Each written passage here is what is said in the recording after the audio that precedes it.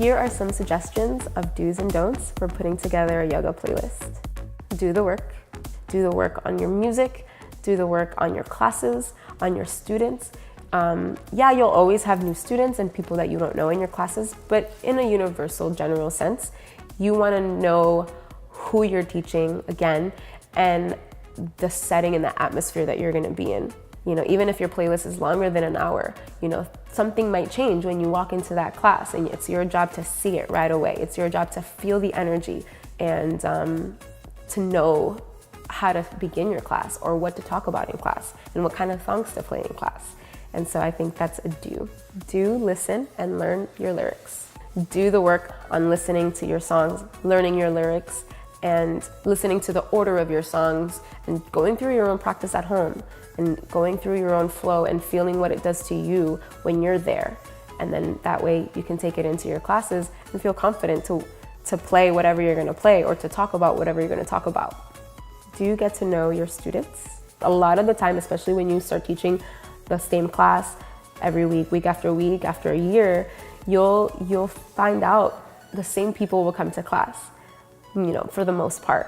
Every day you'll have, of course, a few new people here and there, but the core of your class will be the same student base. And that's just an amazing opportunity to stand by the door, talk to them, get to know them. And it's an incredible way to connect and also to get to know what they need and what they like in your classes. You know, make sure everyone sees your face, you know everyone's name, and again, you see them, you actually see them. It's an important and beautiful thing to do. Do leave room for new genres, styles, and types of music. Seasons change, people change, and so will your music, your playlist, and your practice, and your teaching. It all kind of shifts season after season, and it's important to leave room for growth, you know, for different genres. There's always space for new things, for different styles, even when it comes to music. It's amazing to continue to grow that way and expand your mind and expand your taste. Don't assume you've chosen the right music or style for your class. You know, there will be one or two people, not always, but sometimes, that will not resonate with it the way you do.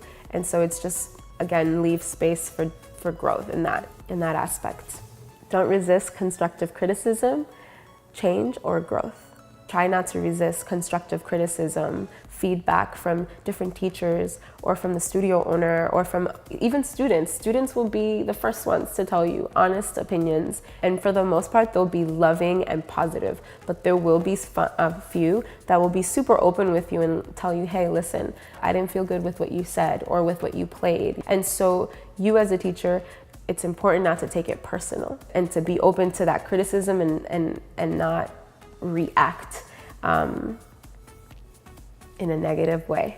And don't let distractions take away from your class. For example, you know, you can talk about, you know, when someone's phone goes off or when someone coughs or when someone, you know, comes into class late, which happens all the time.